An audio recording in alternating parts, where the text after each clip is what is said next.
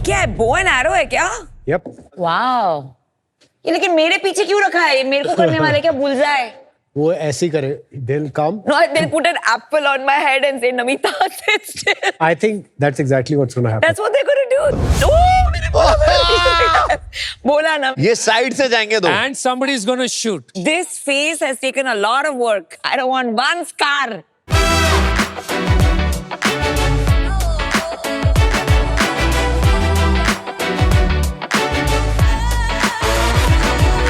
Yeah, this is not pleasant.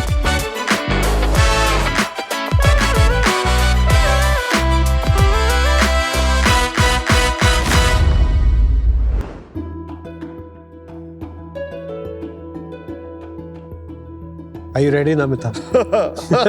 भाई मैं तो उठ के चला जाता है. मैंने क्या बिगाड़ा है आपका?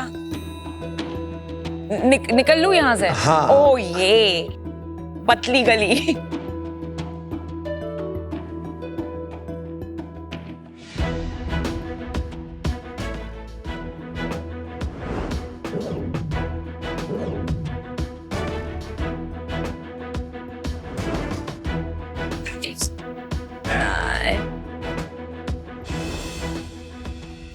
Sorry. Wow.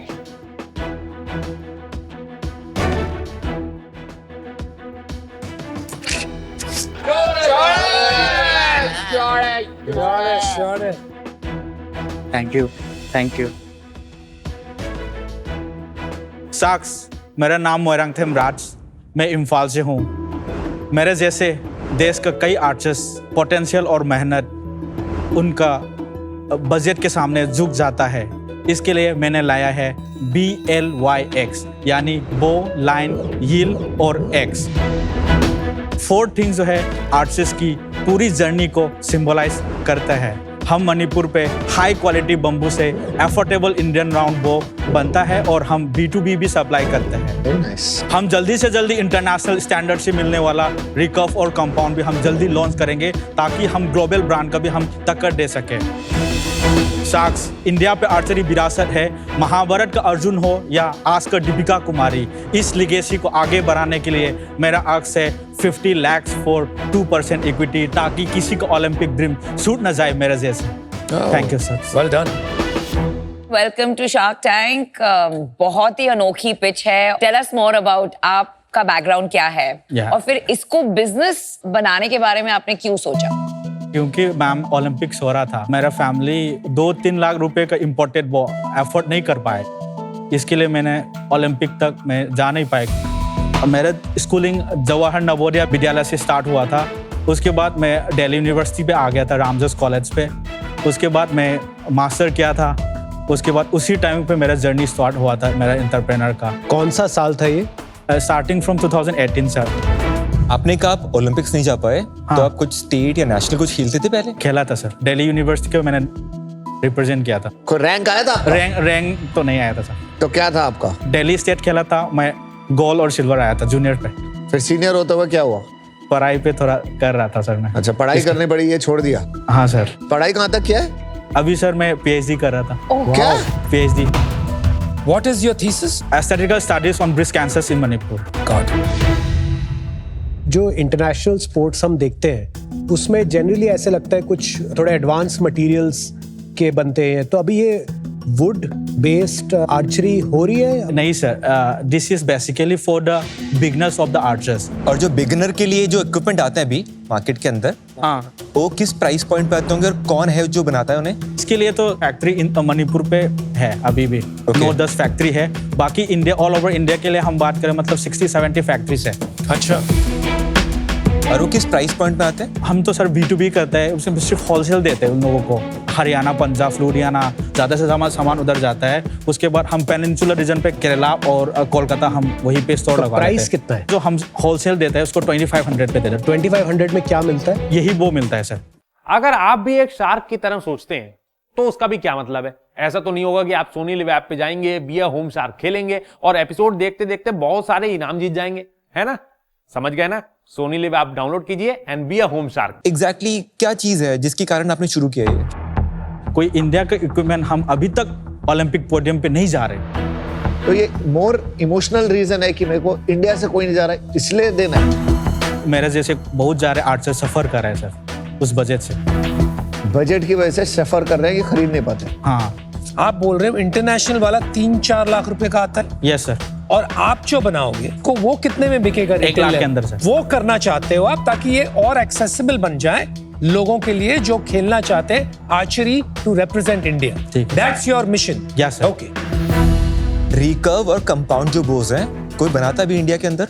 इन सर बहुत ट्राई किया था बट मिसल फेल है। तो कोई भी मैन्युफैक्चरर नहीं इंडिया में? अभी कोई भी रॉ मैन्युफैक्चरिंग मटेरियल इशू है या मैन्युफैक्चरिंग प्रोसेस इशू है? मैन्युफैक्चरिंग प्रोसेस इशू है। तो आप कैसे प्रोसेस एक्सपर्टीज लाएंगे इसमें?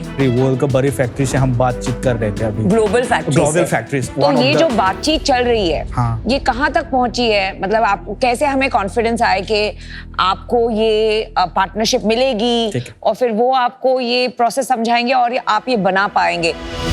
अभी जो रिसेंटली जो इंटरनेशनल मैन्युफैक्चरिंग हो चाइना पे रहता है उससे ऑलरेडी वीजा का 4 तारीख को आ गया मेरा। सिर्फ हमको फाइनलाइज करना है, साइन करना है। ऑलरेडी पैसे सब कुछ डील हो चुका है। पहले उनसे स्टार्ट कर लेंगे, उसके बाद धीरे धीरे हम करके 3 साल के अंदर तो बना सकता है। हाँ। इसके लिए मतलब अगर स्टार्ट तो कर लो सर। Got it. और आपका जो ये न्यू मॉडल बनाओगे वो भी आप B2B करना चाहते हैं, B2C करना चाहते हैं? B2B और B2C भी आएंगे सर दोनों पे। और इसमें भी B2C लाने वाले हैं? हाँ आने वाला है।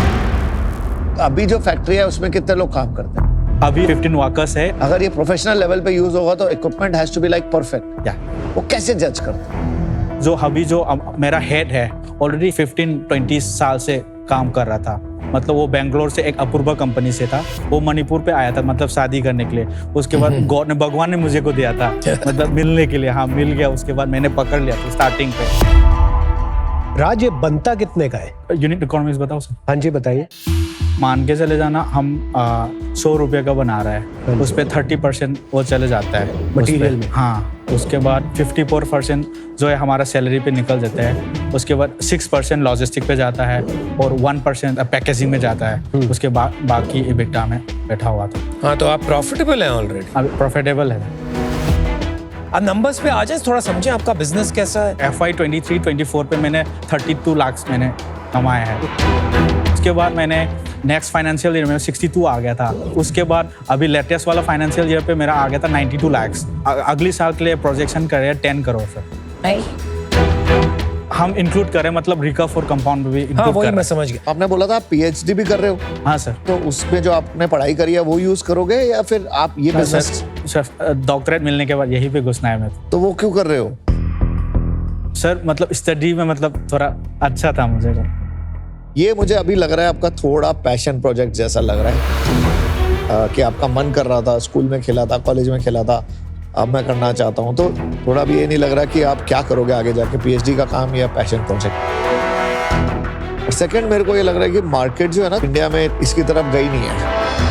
आर्चरी एज अ स्पोर्ट नहीं निकला अभी तक और निकलेगा भी तो जो ही नहीं है कि वो प्रोडक्ट्स आपसे होंगे या किसी से आएंगे। और अभी थोड़ा बिजनेस उस लेवल का नहीं आया जहाँ मैं इन्वेस्ट कर सकूँ। अनफॉर्चुनेटली मैं भी आउट हूँ। Thank you sir. इंडिया काफी अच्छा करने लगी है इन आर्चरी। हर एशियाड में हम मेडल्स जीतते हैं, अभी ओलंपिक्स में भी शायद जीतेंगे। So I think the sport is progressing. तो ग्रेट वर्क यार जो भी आप कर रहे हो, बट आई डोंट थिंक कि आपको इसमें इन्वेस्टमेंट लेना चाहिए क्योंकि ये बिजनेस उस टाइप का है कि इसको पैशन से ही चलाया जा सकता है। आप अगर इन्वेस्टमेंट लेते हो तो एक अलग रेस में पहुंच जाता है and that may not be the thing you want Raj. उसकी बहुत बड़ी ऑब्लिगेशन होती है to return capital and so on. Government की काफी स्कीम्स है ये सब चीजें फाइनेंस करने की। आपने ट्राई की? 30 लाख मिला था मणिपुर गवर्नमेंट। 30 लाख मिला था। हाँ वही मैं कह रहा हूँ आप इसी तरह बढ़ते रहिए। I think there are more schemes that will be most ideal for you. For that reason I'm out, but thank you for showing us something very important for our country. God bless you. अभी जो current business है आपका which is India made, ये पूरा B2B है। जो आप बनाना चाहते हैं वो एक अलग कैटेगरी है, वो पूरा B2C है। आप B2C करेंगे, ब्रांड बनाएंगे, कैसे होने वाली है। सो काफी सारा जो फोकस है वो अभी उन चीजों पर है जो आप करना चाहते हैं, ना कि जो आप कर रहे हैं।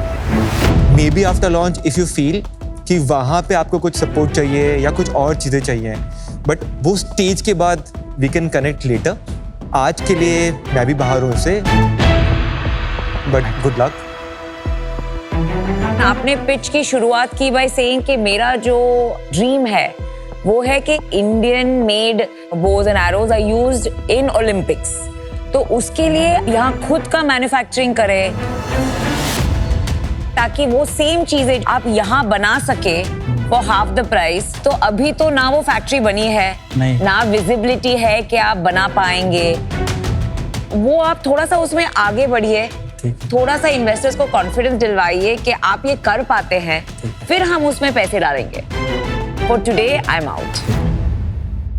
राज, नॉर्थ ईस्ट के मैं बहुत लोगों से मिला हूँ, हमारी कंपनी में बहुत लोग नॉर्थ ईस्ट के हैं। एक चीज जो मैंने नोटिस किया उनके बारे में, एक वो बहुत नाइस होते हैं और दूसरा बहुत ज्यादा स्मार्ट होते हैं। और जब उनसे बात करो तो एहसास नहीं होता, वो बड़े सॉफ्ट स्पोकन होते हैं। फिर जैसे आपने ऐसी पासिंग कमेंट में बोल दिया, हाँ मैं ब्रेस्ट कैंसर रिसर्च में PhD भी कर, तो आप एक बहुत अच्छे एम्बेसडर हैं अपनी स्टेट के लिए, अपने रीजन के लिए। लेकिन अभी ये बिजनेस फंडिंग के लिए तैयार नहीं है। ये अभी एक अच्छा MSME मैन्युफैक्चरिंग बिजनेस है for a very niche product. ये अपने में एक बड़ा बिजनेस नहीं बनेगा। उसके लिए आपको ये थोड़े एडवांस प्रोडक्ट्स में जाना पड़ेगा, शायद इवेंचुअली मैन्युफैक्चरिंग सेटअप करनी पड़ेगी। तो वो एक बहुत लंबी जर्नी है अभी यहाँ से, और उसके बारे में क्लैरिटी ज़्यादा नहीं है। इस रीजन से I am out. Wish you all the best. Thanks, Raj. Great Thank you. meeting you. Very good All the meeting you, best. Raj. All the Thank you. best. Sweet guy. हम क्या करने वाला है उसको मैंने ठीक से कम्युनिकेट कर नहीं पा रही थी। इसका मतलब ये नहीं हो कि हम नहीं कर रहे हैं, हम जल्दी से जल्दी जो रिकफ और कंपाउंड जो है इंडिया पे लॉन्च करेंगे, क्योंकि आर्चर्स लोग जल्दी से जल्दी मिल सकते हैं सस्ते मिलने वाले विद हाई क्वालिटी पे। हम हमारे नाम को, इन देश के नाम को थोड़ा रोशन करना है बस।